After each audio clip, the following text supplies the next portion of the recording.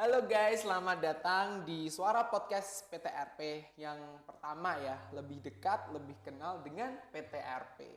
Oke, untuk ya kita kan belum kenal ya, tak kenal maka kenalan. Oke, saya Haristia Bagas, saya biasa dipanggil Bagas sebagai presenter di sini dan saya nggak sendirian dong. Saya ada Mas Yuda atau nama lengkapnya siapa Mas?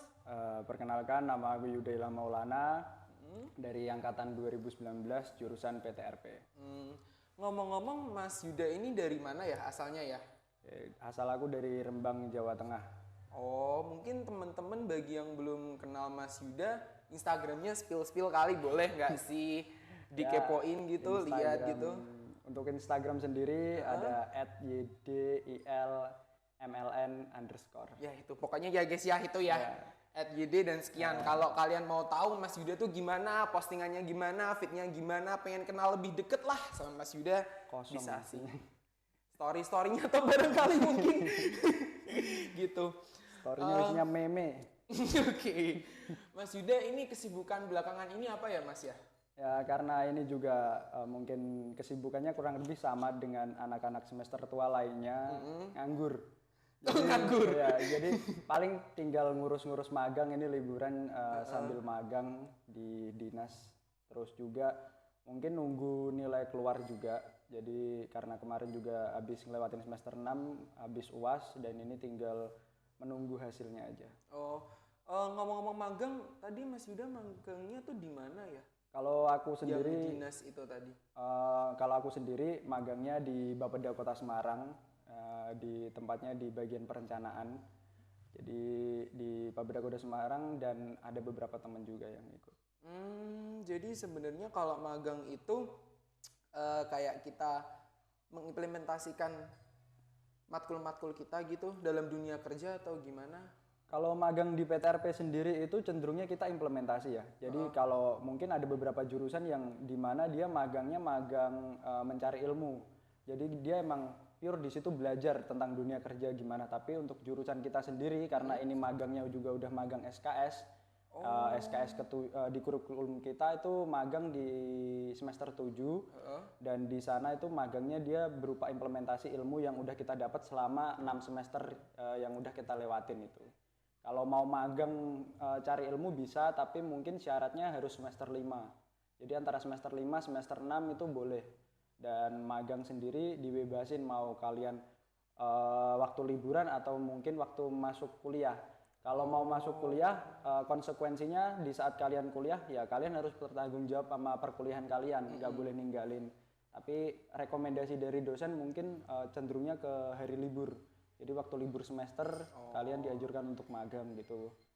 Yang kayak libur panjang gitu ya untuk mengisi waktu senggang gitu ya untuk magang gitu ya. Soalnya kalau di jurusan kita ya tahu sendiri beban tugasnya lumayan berat. Ya, nggak lumayan lagi Mas, berat banget gitu. Jadi karena berat itu membuat kita ya pinter-pinter bagi waktu aja. Nah kalau kalian memang mau magang di saat kuliah itu masuk ya siap-siap konsekuensi gitu loh. Jangan ninggalin tugas kalian di perkuliahan juga. Tetap harus keduanya terhandle gitu aja. Ya. Paham. Terus mungkin teman-teman yang lain yang di sana kan belum banyak tahu ya jurusan dari kita ya Mas PTRP. Kan kita kan the one only banget PTRP se-Indonesia. Nggak ada tuh. Universitas mana PTRP tuh nggak ada ya, cuma di Undip doang. Nah, ini aku mau nanya nih sama Mas Yuda. Mas Yuda kan ini kan juga wakil himpunan Himaparta ya pada periode berapa Mas? Aku sendiri menjabat jadi wakil ketua himpunan Himaparta tahun 2020-2021. Oh, periode sekian ya. Nah, aku mau nanya, kalau ini kan PTRP belum banyak yang tahu ya kan Mas? Itu awal mula dari kemunculan jurusan PTRP di vokasi Undip tuh Mas Yuda tahu nggak gimana awal mula kisahnya? Jurusan. PTRP tuh ada tuh gimana? Soalnya kan kita kan juga baru ini universitas kan nggak ada yang lain, PTRP tuh baru di Undip gitu. Oke, terkait munculnya jurusan PTRP Undip sendiri itu awal mulanya dari tahun 2019.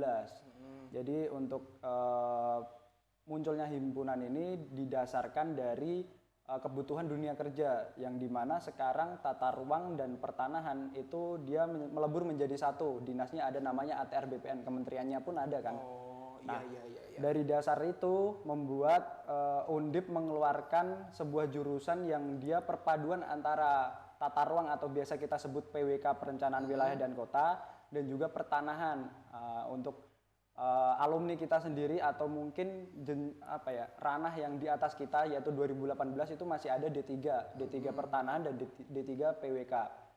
Tapi pertanahan kita cenderungnya bukan pertanahan seperti geodesi ya. Kalau geodesi mungkin terkait pengukuran dan ilmu tanahnya, ilmu geodetiknya gitu kan. Iya. Nah, kalau kita itu mungkin cenderungnya ke administrasi dan mungkin terkait hukum-hukumnya gitu dan prosedur pembuatan tanah itu seperti apa, akta-akta tanah seperti itu. Kalau yang tata ruangnya kurang lebih hampir sama sih kayak tata ruang PWK-nya gitu. Tapi kita cenderung implementasi ke lapangannya. Bentar. Tadi yang pertanahan kan lebih ke administrasi ya. Berarti kemungkinan ada sangkut pautnya nggak sih kalau semisal lulusan dari kita itu bisa masuk ke kenotariatan mungkin atau yang notaris-notaris gitu deh? Kalau sepengetahuanku ya dari berbagai sumber, mungkin aku diskusi sama dosen dan juga teman-teman sendiri diskusi dan orang luar itu bisa. Tapi kalau hasil dari dosen itu beliau ngomong dosen bahwasanya kalau untuk kenotariatan itu konversinya SKS kita ke kenotariatan itu susah karena terkait hukum sendiri kita cuma ada beberapa matkul yang membahas tentang hukum, sedangkan kenotariatan memang di situ intinya hukum gitu loh. Jadi cenderungnya kalau kenotariatan biasanya dia dari S1 hukum, bukan dari PTRP. Kalau ke PTRP mungkin terkait ahli pertanahan tapi bukan kenotariatan, cenderung ke perkantoran BPN-nya sih. Jadi mungkin terkait pendaftaran tanah, lalu juga pengeluaran surat tanah itu seperti apa, prosedurnya seperti apa. Nah, kita yang melayani dan juga mungkin dan itu ilmu kita sendiri kan dihubungkan sama tata ruang. Iya. Kalau kenotariatan sendiri lebih dari tata ruang itu kan. Oke, bentar. Ini ditutup dulu. Dikunci dulu. Keluar lagi.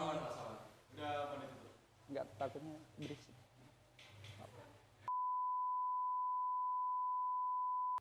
Oke, tadi dari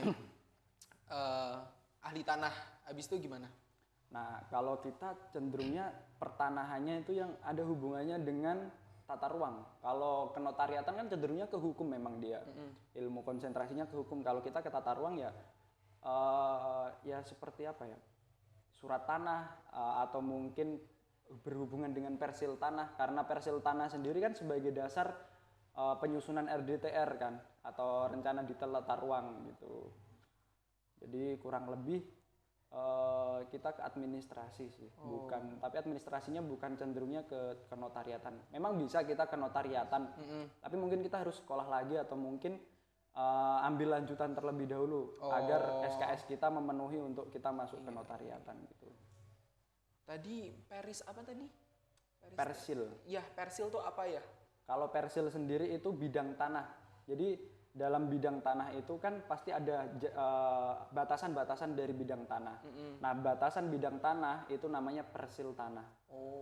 Kalau kalian tahu mungkin rumah ada tanah yang mau dijual dia dipatok-patokin. Nah, satu patoknya itu namanya satu persil bidang tanah. Oh, gitu. Kayak dia delineasi kayak batasan dalam satu area gitu yang dimana itu mungkin satu persil biasanya satu kepemilikan dan ya kayak petak-petak gitu kan ya.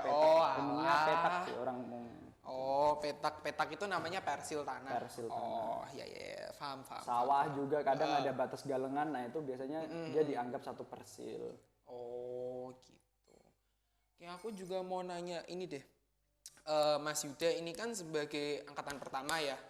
Itu gimana Mas, angkatan pertama di jurusan PTRP yang bener-bener baru gitu loh, pengalamannya tuh apa, mungkin bisa diceritain gitu? Oke, terkait pengalaman ya sebagai jurusan pertama banyak, jadi ya ada manisnya, ada pahitnya, ya namanya juga jurusan pertama.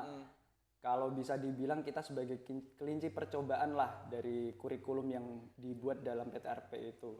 Ya pasti kita sebagai angkatan pertama ada enaknya ada enggaknya. Kalau enaknya itu kita menciptakan sebuah tradisi di mana di satu jurusan tersebut gitu.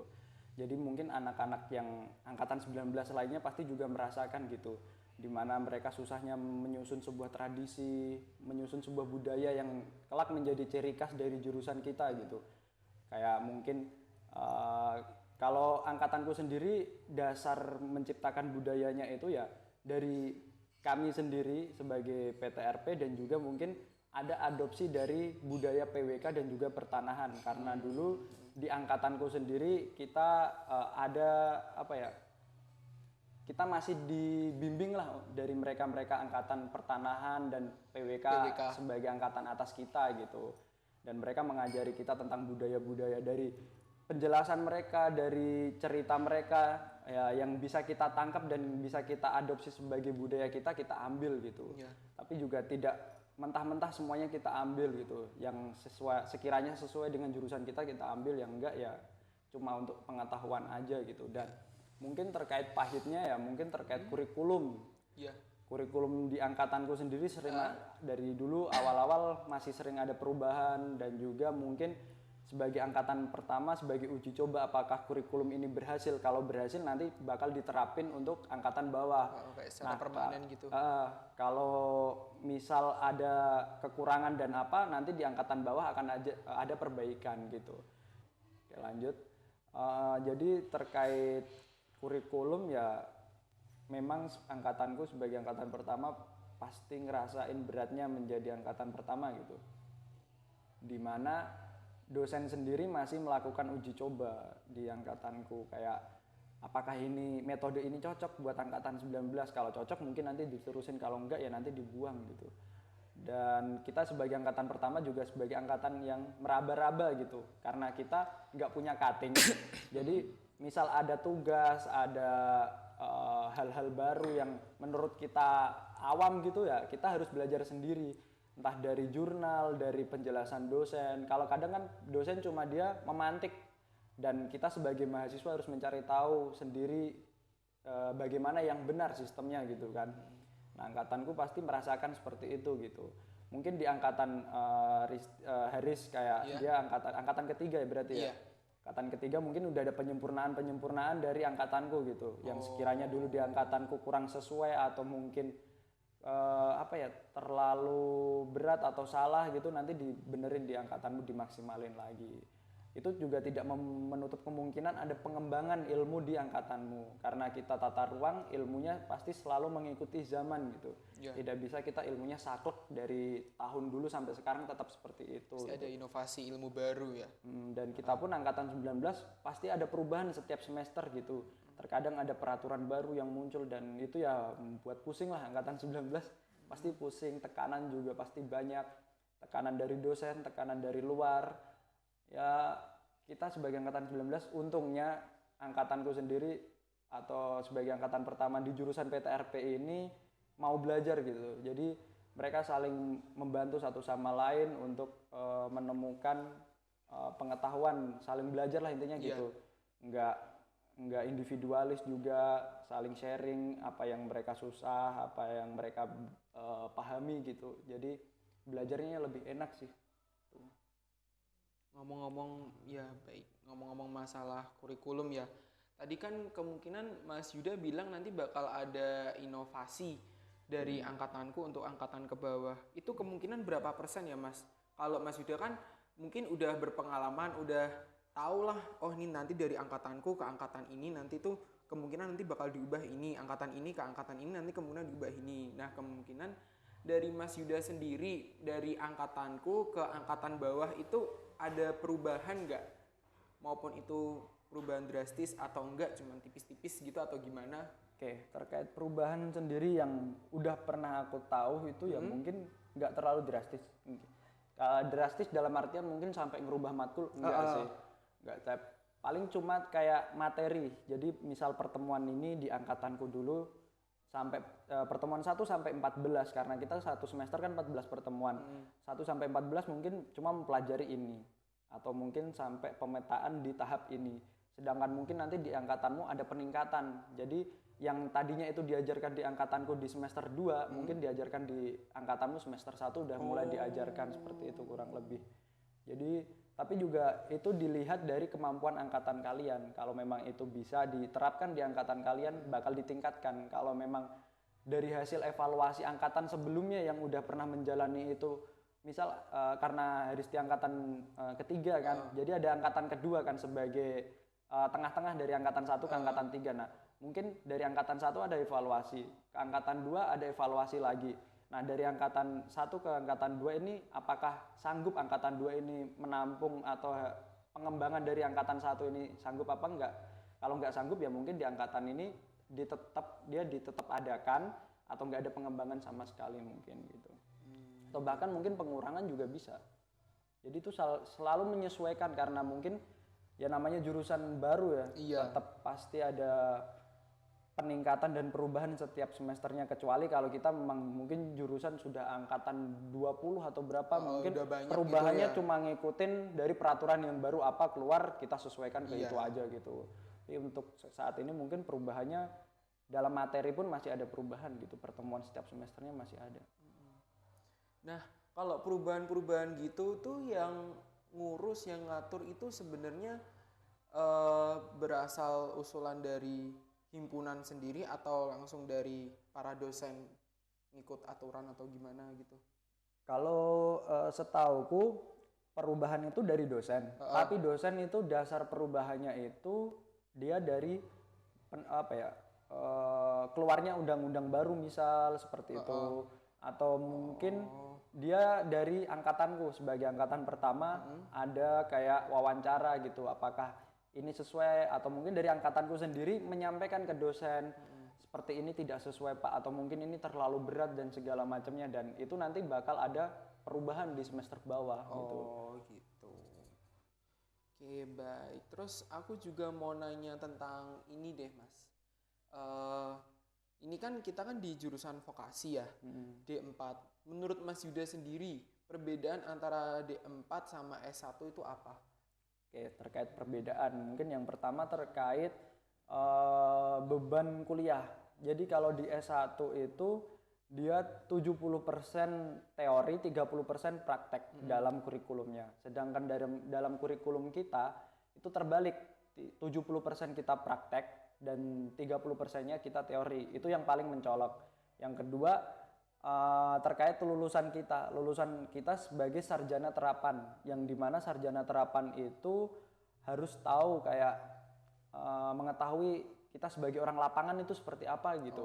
Makanya di jurusan kita sendiri ada pengukuran juga seperti anak geodesi dan sipil.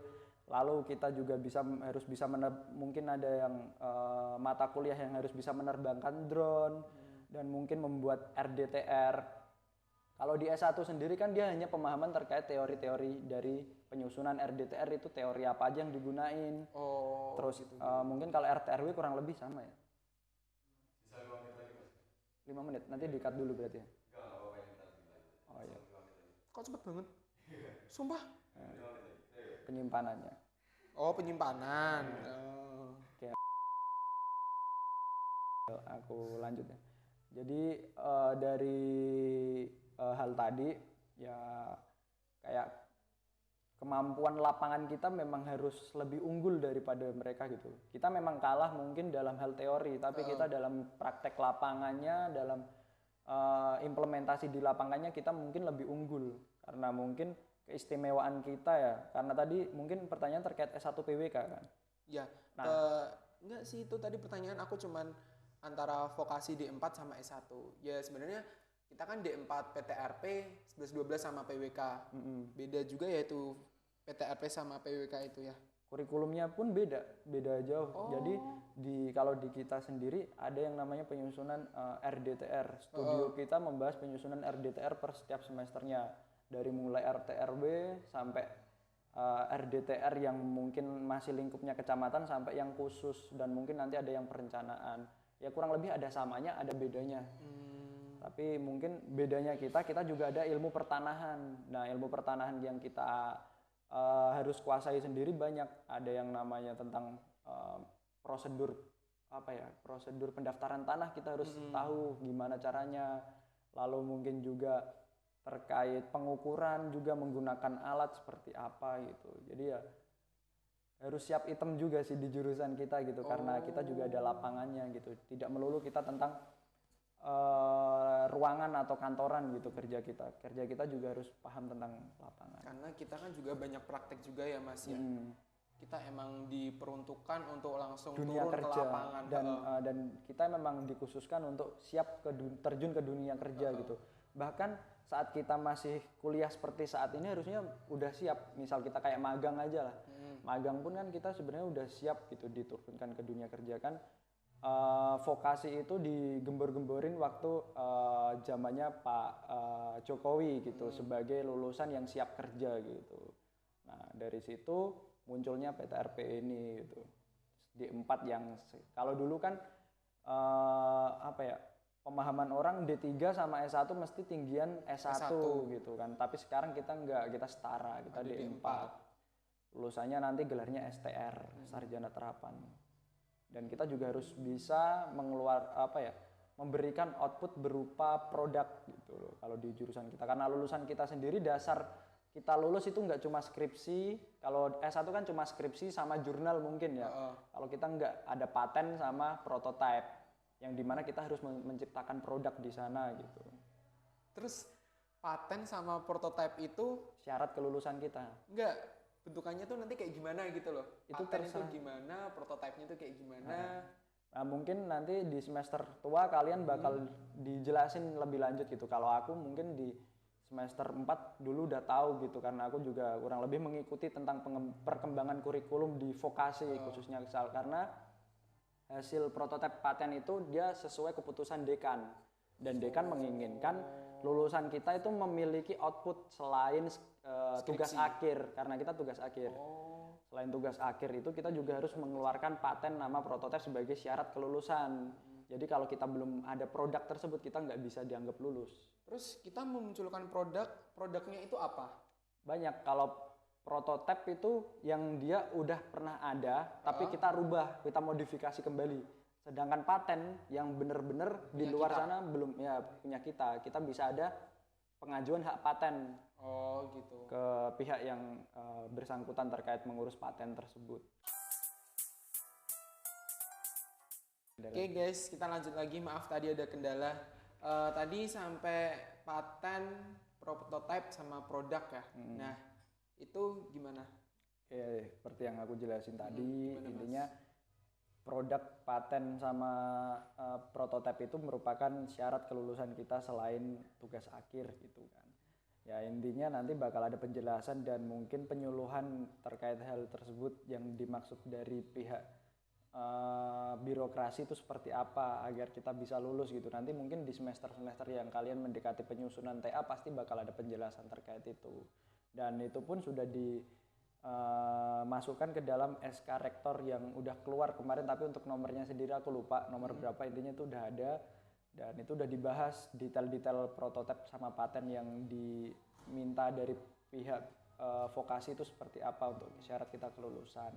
Lalu mungkin tambahannya terkait nggak enaknya jadi jurusan pertama itu kita nggak punya cutting gitu, yang dimana kita pasti belajar sendiri, dan belajar itu pasti banyak rintangan gitu, entah kita berantem sama teman kita sendiri, nggak pernah tidur juga, saling mungkin nggak pernah tidurnya karena overthinking juga bisa gitu kan.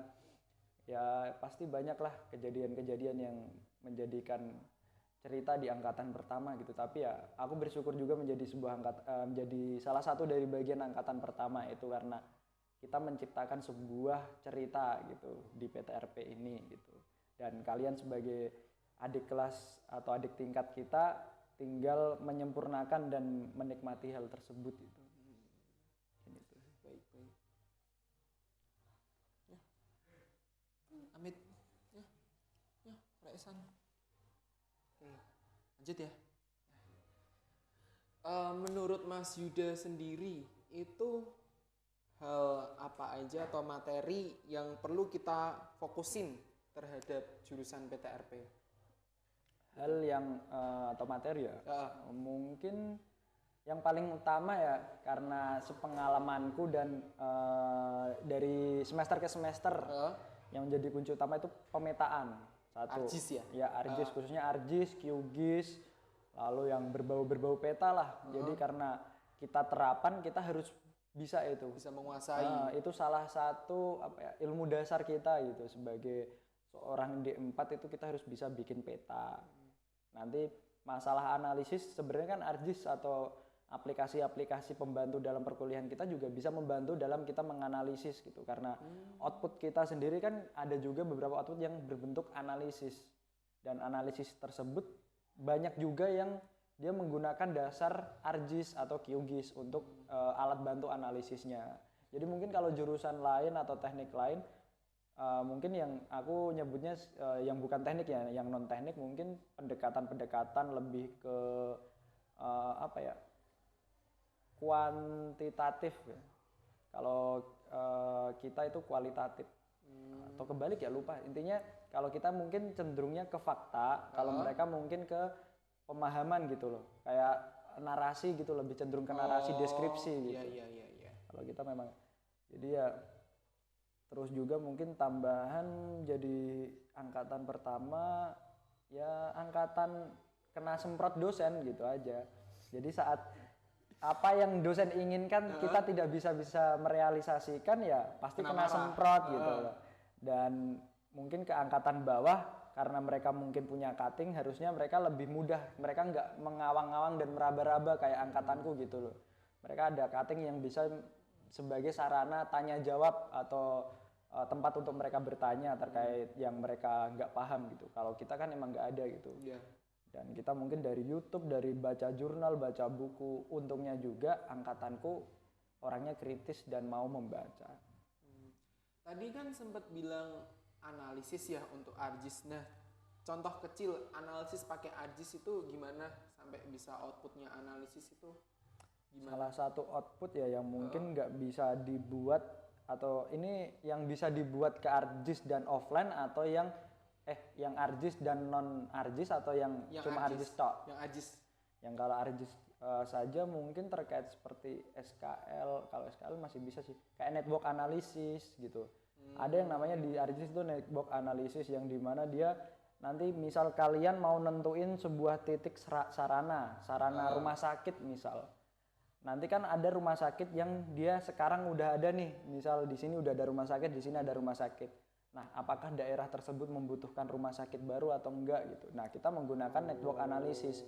Dasar penggunaannya itu titik yang udah ada sama jaringan jalan. Nanti dia bakal otomatis membuat kayak luasan atau jangkauan dari rumah sakit yang udah ada itu. Nah, nanti untuk titik yang tidak terjangkau berarti kita membutuhkan rumah sakit di sana gitu. Kita butuh penambahan rumah sakit di sana atau sarana-sarana lain lah intinya yang bisa didasarkan dengan network analisis tersebut. Dan masih banyak lagi sebenarnya kalau kamu mau belajar ARGIS ya. ARGIS itu ilmunya banyak, bener-bener banyak. Mungkin kalau kamu punya bukunya ARGIS, bukunya juga tebel banget gitu. Dan ARGIS tiap tahunnya pasti juga ada pengembangan plugin, alat bantu lainnya gitu di dalam ARGIS tersebut. Aku sendiri pun belum sepenuhnya menguasai gitu, masih jauh dari kata menguasai ARGIS gitu. Ya mungkin bisa beberapa doang. Oh, terus ini kalau dari Mas Yuda sendiri lebih prefer mana untuk ke ARGIS atau ke QGIS? Kalau aku cenderungnya orang yang suka aplikasi karena lebih mudah aja gitu kan. Dan apa ya, sering utak-utek gitu lah, utak-utik gitu. Jadi aku mungkin sukanya ke ARGIS dan karena aku juga nggak suka hitung-hitungan dan analisis. Kalau mungkin deskripsi masih bisa lah, karena analisis deskripsi kan kita cuma membaca hasil data gitu dan pakai logika aja kan. Nah, tapi kalau kayak yang udah perhitungan mungkin aku lebih prefernya ke ARGIS sih. Karena di ARGIS sendiri ada perhitungan yang kita tinggal masukin algoritma, hasilnya keluar tanpa melakukan perhitungan yang panjang lebar gitu. Tinggal menggunakan ARGIS, klik, jadi selesai keluar. Tadi kan sempat Mas Yuda kan bilang kalau di angkatan Mas Yuda kan sering kena semprot dari dosen-dosen ya. Nah, itu dari Mas Yuda sendiri, Mas Yuda tahu nggak karakteristik masing-masing dosen di PTRP? Terus gimana tips buat cara nanggepin dari dosen-dosen tersebut gitu loh? Oke, terkait tips and trick dan juga karakteristik ya. Jadi dosen itu sendiri seperti layaknya teman kita gitu. Ada yang dia orangnya mut-mutan, ada orangnya yang disiplin, ada orangnya yang tapi yang hilang-hilangan nggak ada ya. Kalau hilang-hilangan itu teman kita aja gitu. Yang ghosting doang itu teman atau pacar kita doang kan. Nah, apalagi crush yang ghosting ya Mas ya. Itu sakit itu ya. Kalau dosen sendiri itu cenderungnya ya kalau kalian mau memahami ya dosen itu seperti apa ya banyak bermacam. Ada yang dosen dia orangnya bener-bener disiplin, kalian telat nanti mungkin nggak boleh ikut kuliahnya. Kalau mungkin offline dulu pasti ada yang seperti itu gitu. Di saat kalian telat masuk ruangannya pasti disuruh keluar. Kalau enggak silahkan tutup pintu tapi dari luar gitu. Ada. Lalu juga mungkin dosen yang dia suka sama anak yang aktif. Ada juga dosen yang nggak suka sama anak yang, kalau ada dosen yang suka anak kritis, ada yang nggak juga, karena mungkin ya itu tergantung tipikal dosennya juga. Dan pinter-pinterlah kita membaca situasi dan juga menganalisis kepribadian dosen tersebut agar kita bisa lebih dekat dengan dosen tersebut gitu dan nggak menimbulin masalah aja sih. Kalau kita intinya dosen kita hantem lurus semuanya gitu kan juga nggak bisa gitu loh, karena dosen juga memiliki kepribadian dan metode pembelajaran masing-masing gitu. Ya kita harus bisa menyesuaikan satu dengan yang lain. Mungkin terkait tipsnya sendiri intinya pinter-pinter menganalisis kepribadian orang gitu. Di saat kita udah sering kumpul sama orang banyak, ya anggap aja temen lah, kita nongkrong di mana gitu. Kalau kita udah pinter dan temen pun seneng saat kumpul sama kita, ya kita ke dosen pun bakal seperti itu gitu. Saat kita udah bisa memahami keinginan dosen apa, dosennya suka yang seperti apa, atau mungkin yang nggak disukai dosen itu seperti apa, ya itu nanti lama-lama kayak kita temenan aja. Kalau kita cocok ya kita deket, kalau nggak cocok ya mungkin nggak bisa deket atau bahkan mungkin bisa nimbulin masalah juga kan. Jadi ya semakin banyak atau semakin sering kalian kumpul dengan dosen atau ngajak diskusi dosen, ngajak ngobrol dosen, ya kedepannya ya kalian bakal tahu dosen ini sukanya apa, yang nggak disukain apa. Ada dosen yang nggak suka dibilang maaf, ada dia intinya kalau kita ada salah pun nggak boleh minta maaf karena dia beranggapan ya kalian nggak punya dosa sama saya, nggak usah minta maaf. Tapi ya mereka tetap marah. Ada juga dosen yang baik, misal marah ya marahnya di dunia perkuliahan aja gitu. Saat kita ketemu langsung gitu 5 menit setelah perkuliahan selesai kita ngajak ketemuan ya udah kayak biasa aja, kayak temen aja, ngobrol-ngobrol, nawarin makan segala macam ada. Tapi ada juga yang dosen dia pendendam gitu.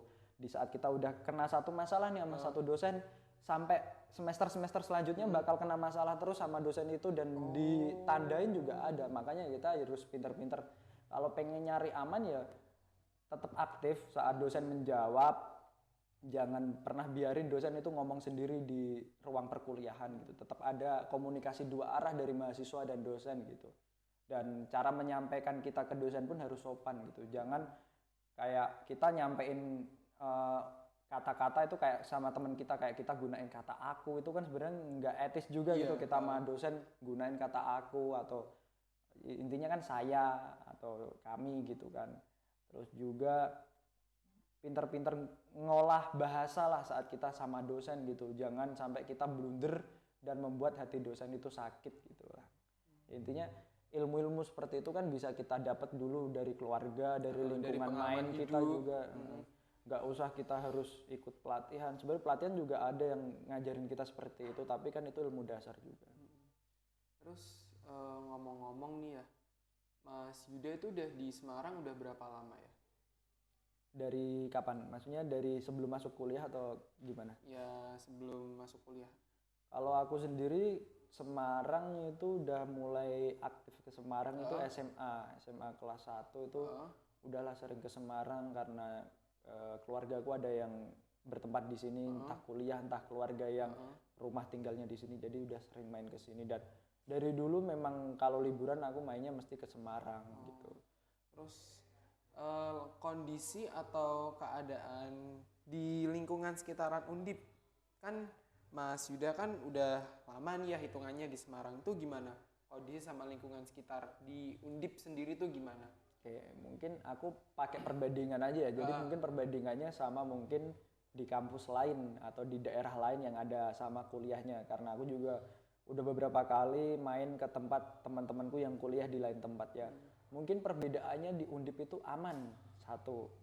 Jadi ya aman dalam artian adem ayem, kalian keluar gak pakai helm juga gak bakal dikejar polisi gitu kan. Bener. Pakai sandal juga gak ditilang kan. Kalau di Jakarta mungkin kan ditilang, kalau di sini mungkin enggak kan. Entah itu peraturan siapa yang buat. Nah, Emang Jakarta ditilang pakai sandal? ya kemungkinan kan Kapolrinya di sana kan yang ngurusin. Terus mungkin juga di sini tuh Tembalang kan terkenal sejuk.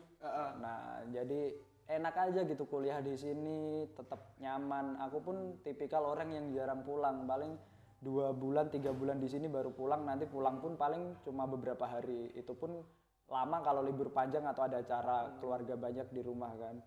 Ya enak-enak aja. Dan Tembalang sendiri itu merupakan tempat surganya kuliner.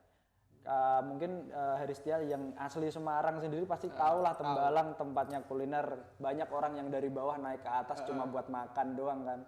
Jadi ya enak gitu. Mungkin banyak hal yang udah aku coba terkait makanan, minuman di sini yang mungkin di daerahku itu nggak ada gitu.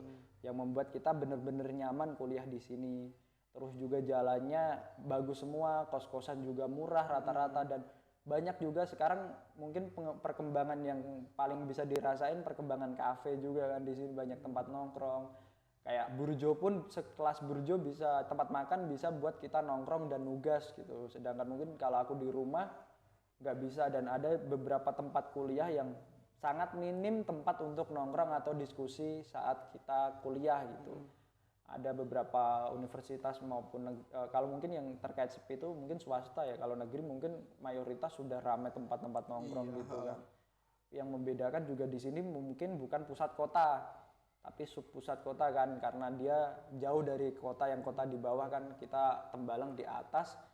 Ya apa ya, jadinya cenderungnya nggak sumpek sama suasana kota gitu. Meskipun kelihatannya kotanya kota-kota apa ya, punya ciri khas sendiri gitu yang ngangenin gitu. Pasti kamu kalau aku sendiri kalau nggak balik ke Tembalang mungkin beberapa bulan pasti kangen gitu. Dan aku sering ngobrol sama teman-temanku, yuk balik Tembalang, cuma beberapa hari liburan di Tembalang gitu. Dan makanannya pun ngangenin, kayak ayam Bali, omelet gitu kan, yang dimana nggak semua tempat ada gitu. Terus mungkin dari Mas Yuda sendiri ada nggak buat maba-maba nanti angkatan tahun 2022 yang barangkali mau cari kosan, rekomendasi kosan gitu di mana? Kalau rekomendasi kosan ya mungkin kalau yang nggak punya motor atau di sini belum ada motor, bisa yang deket kampus gitu, di daerah mungkin daerah depannya Polines itu apa namanya, Perumda, atau mungkin yang daerah samping Polines yang depan hukum itu namanya apa ya, daerahnya itu lupa lah. Intinya yang dekat-dekat. Kalau yang memang udah ada motor ya mungkin dekat-dekat daerah Mula Warman, Bulusan itu bisa sih jadi referensi kos-kosan gitu. Atau mungkin nyari yang ada kafenya gitu. Karena di sini kalau bisa dibilang kos-kosan memiliki ciri khas berdasarkan blok-blok bangunannya gitu. Ada yang kos-kosan yang kos mewah, ada yang kos-kosan deket kafe doang, kanan kirinya kafe ada, yang kanan kirinya burjo juga ada yang sepi, ada yang rame banget, kos-kosan juga ada. Tergantung kriteria sih sama pribadi kalian masing-masing enaknya seperti apa. Kalau aku ya intinya mudah ngejangkau titik-titik yang sekiranya penting buatku gitu, yang sesuai kebutuhanku aja, kayak laundry ada deket, terus mungkin tempat makan deket, tempat beli rokok, atau mungkin ke kampus juga gak terlalu jauh. Aksesnya juga mudah, tinggal jalan di Tembalang sendiri kan aksesnya mudah, tinggal lurus, nggak banyak belokan, nggak sering macet juga kan. Daerah paling jarang macet lah Tembalang. paling malam Paling minggu doang kan. sama sore ketika pulang kerja gitu daerah Kalau mungkin Warman itu. dulu waktu masuk kampus macet, lampu merah Undip itu macet, bahkan sampai bundaran atau bahkan sampai naik gitu. Kalau pulang kuliah sore karena dari berbagai fakultas dan jurusan kan pada bareng-bareng Macet keluar. banget berarti sampai bundaran yang mau Iya. masuk itu. Oh. Bahkan sampai atas yang patung sapi. Oh. Sampai situ. Iya, panjang banget beneran macet. Oh. Ya kadang ada dosen yang pakai mobil juga kan pada balik gitu kan pasti macet. Motor, mahasiswa juga di Undip juga banyak yang gunain mobil. Cuman Undip kan ada beberapa ini ya gerbang kayak yang di deket mana RSND yang bagian belakang, terus abis itu yang daerah vokasi gitu. Iya, psikolog dekat psikolog juga. Itu kenapa nggak keluarnya lewat situ? Dulu kalau offline itu semuanya dibuka, nggak ada gerbang yang ditutup sebenarnya. Oh, Ya tapi baru kenapa ada masih kebijakan macet ya? penutupan itu semenjak corona aja. Oh, Dulu semuanya gerbang-gerbang dibuka, akses semuanya masuk. Mungkin kalau udah jam malam memang ditutup, tapi ada beberapa gerbang atau jalur ke masuk kampus utama Undip itu memang dibuka sampai malam karena khususnya yang teknik ya dia memang kerja kelompoknya kadang di kampus sampai jam 1, jam 2, khususnya PWK ya karena dulu aku juga pernah kuliah di PWK S1 gedungnya. Itu makin malam makin rame gitu di sana itu. Soalnya mahasiswa pada kerja kelompok bareng dan di situ kating-kating pada ngajarin kayak apa ya, saling belajar tapi antara sama mahasiswa gitu. Diskusi, rapat, himpunan-himpunan kan kadang bahkan senat kadang ada yang sampai jam 6 pagi gitu kalau rapat-rapat senat. Iya di kampus dulu waktu offline. Terkenal kalau senat gitu mungkin atau BEM gitu kan lagi rapat ada masalah itu pasti sampai subuh sampai kadang nginep juga di kampus. Besoknya jam 6:30 berangkat kuliah nanti habis kuliah balik lagi rapat lagi. Karena kalau offline itu lebih aktif ya jadi debat-debat segala macam dalam sebuah diskusi pasti ada gitu. kira-kira nanti kita offline lagi nggak ya, Mas? Kemungkinan besar iya. Ya kita ngelihat tren corona juga ya. Corona tahun ini semester depan ini apakah naik apa enggak. Kalau memang tetap kayak sekarang yang bisa dibilang hampir hilang corona itu ya mungkin bisa ada kemungkinan besarnya masuk. Karena dosen pun juga udah beberapa yang ngomong kalau masuk tapi ya itu mereka belum bisa menjamin karena SK dari rektorat belum turun. Terus kalau dari Mas Yuda sendiri ada nggak mungkin tempat nugas yang direkomendasi? Terkait tempat nugas yang direkomendasi itu terkait apa ya kemampuan kita juga sih. Nanti kalau mungkin ya mohon maaf kalau yang pas-pasan anak kuliah yang dimana dia hasilnya itu hasil kerja sendiri atau mungkin nabung ya gak bisa maksain juga harus di kafe kan. Jadi ya mungkin ada 3 tempat kriteria ya, ada yang kos, ada yang di burjo atau tempat makan, ada juga yang di kafe. Ya kalau kadang kafe ini ada beberapa opsi. Satu orang yang introvert, dia yang kerja sendiri biasanya dia kerjanya di kafe, tempat sepi dan pakai headset doang. Lalu mungkin kelompokan yang memang satu mayoritas anak kelompokannya itu mungkin ya ada rezeki lebih jadi bisa ngerjain di kafe. Mungkin ada juga yang di burjo sambil ngobrol, tapi mungkin kalau di burjo cenderungnya lebih rame. Tapi ada juga beberapa burjo yang sepi gitu. Lalu ada yang di kos atau mungkin kontrakan. Kalau di angkatanku dulu di semester 1-2 itu ada kontrakan dan kontrakan itu menjadi base camp anak jurusan gitu.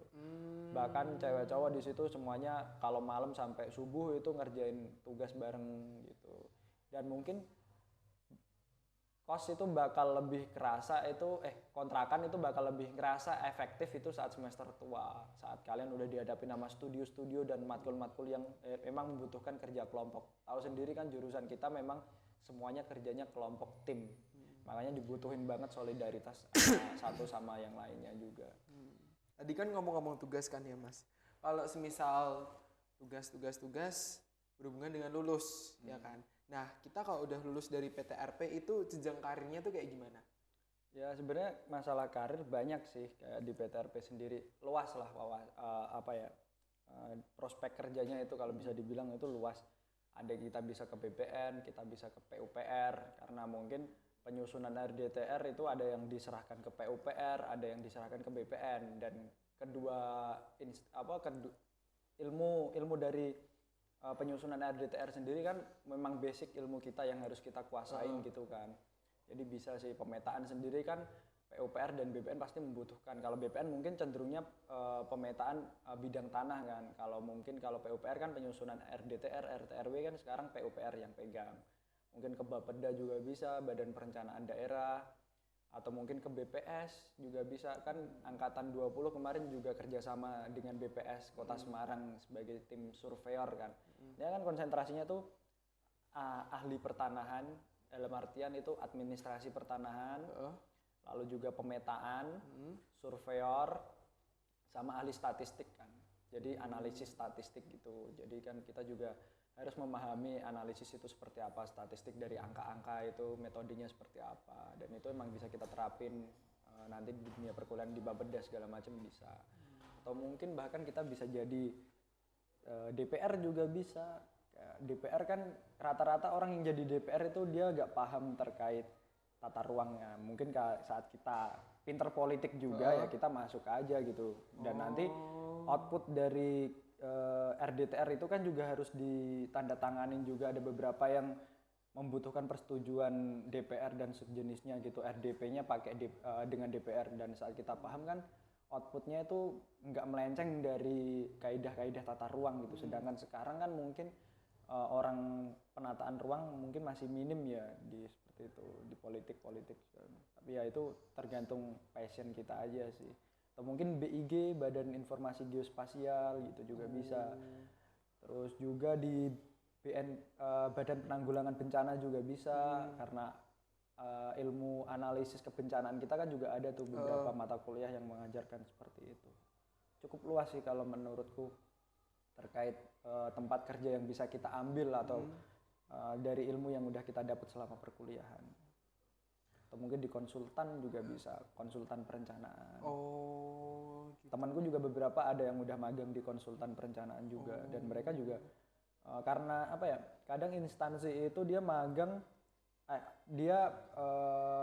instansi itu nyusun RDTR, dia open tender ke konsultan siapa yang cocok gitu menang tender, nah dia konsultan tersebut yang disuruh nyusun RDTR segala jenisnya itu, peraturan tersebut. Open tender itu maksudnya gimana ya Mas? Tender itu jadi kayak kita dari pihak instansi nih, misal aku PUPR, jadi PUPR pengen ngadain penyusunan rencana RDTR Kecamatan Tembalang misal.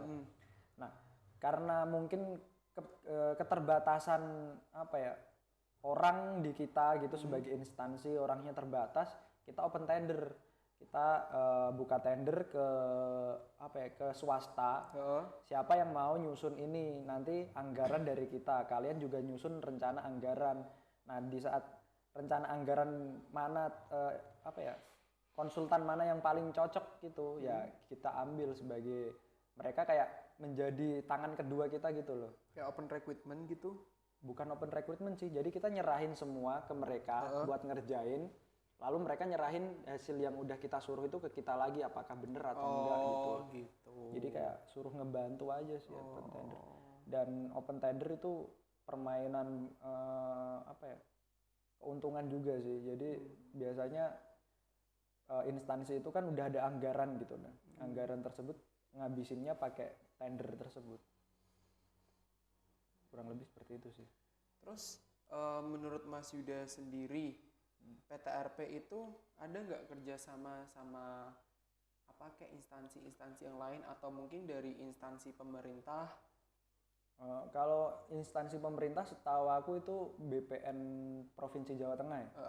Itu udah ada kerjasama dari aku semester 1 kerjasama tersebut. Nah nanti mungkin kerjasamanya dalam berbagai hal, mungkin kita dalam hal magang, atau mungkin dalam perkuliahan kita datengin dosen dari mereka gitu, staf mereka sebagai dosen tamu di kita, seperti itu. Ada juga kemarin dengan BPS Kota Semarang, yang dimana kita ngebantu survei mereka dalam pendataan atau sensus penduduk seperti itu. Terus juga mungkin dengan instansi pendidikan kayak STPN Yogyakarta. Nah itu kita ada Kalau di situ kita kerjasamanya kerjasama akademik sih. Jadi kita datengin dosen dari sana, nah sana datengin dosen dari kita, atau kita ngadain kuliah bareng gitu. Dan di situ kita sharing aja antara ilmu kita dan ilmu sana seperti apa. Kurang lebih seperti itu sih. Terus ini aku mau tanya tentang perihal magang deh. Gimana sih cara untuk cari tempat magang tuh gimana? Mungkin bisa dikasih tips dan trik gitu. Oke, terkait tempat Gimana, magang, Mas? yang paling pertama itu passion, kemampuan kita. Heeh. Jadi magang kita seperti yang aku omongin tadi tuh bukan magang cari ilmu, kita implementasi ilmu yang udah kita pahami itu apa.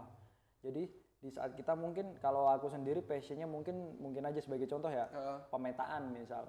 Nah, kalian cari aja tempat-tempat yang membutuhkan jasa pemetaan tersebut, mungkin di konsultan, mungkin di BIG sebagai tempat apa ya, pusatnya pemetaan di Indonesia kan BIG tuh, atau mungkin di PUPR yang dimana dia menyusun apa, rencana apa yang membutuhkan tim peta, atau mungkin kalian lebih suka hitung-hitungan, ya kalian mungkin bisa ke PUPR juga, ke Bapeda, tapi yang bagian perhitungan analisis gitu.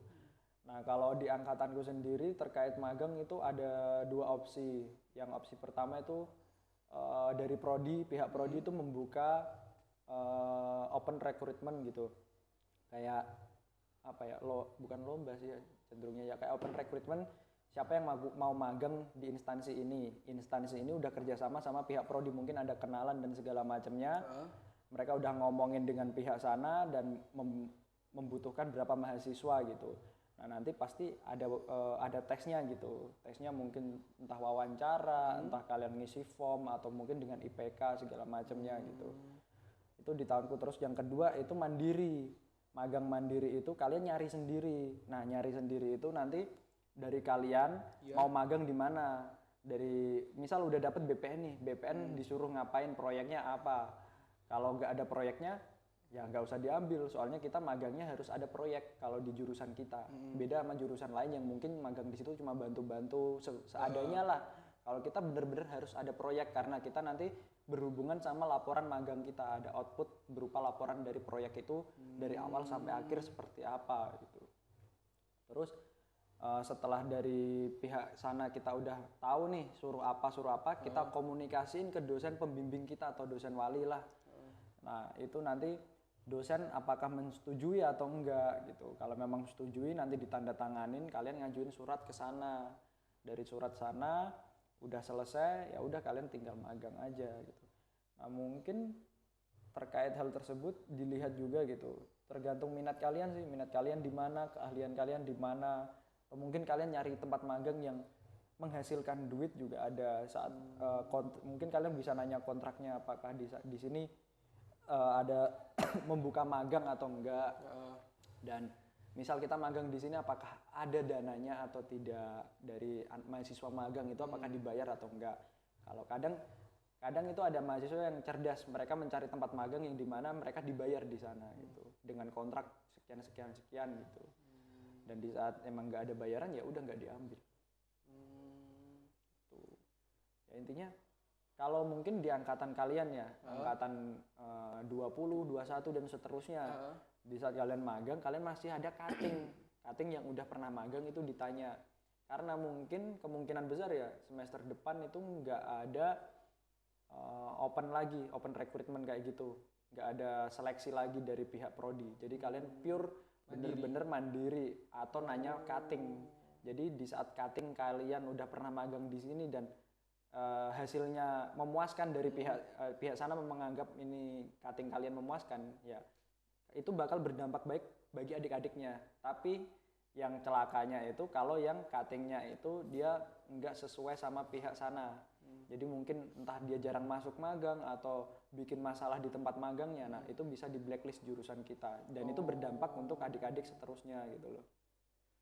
Makanya di angkatanku sekarang sering kayak diingetin, intinya serius dalam hal magang ini. Kita bukan nggak main-main, kita berhubungan sama pihak luar. Kalau pihak luar nganggap kita main-main, ya nanti berdampaknya sama jurusan dan seterusnya, bukan ke kalian toh gitu. Gitu. Ya baik. Mbak, cukup atau lagi? Ya, Berarti udah closing.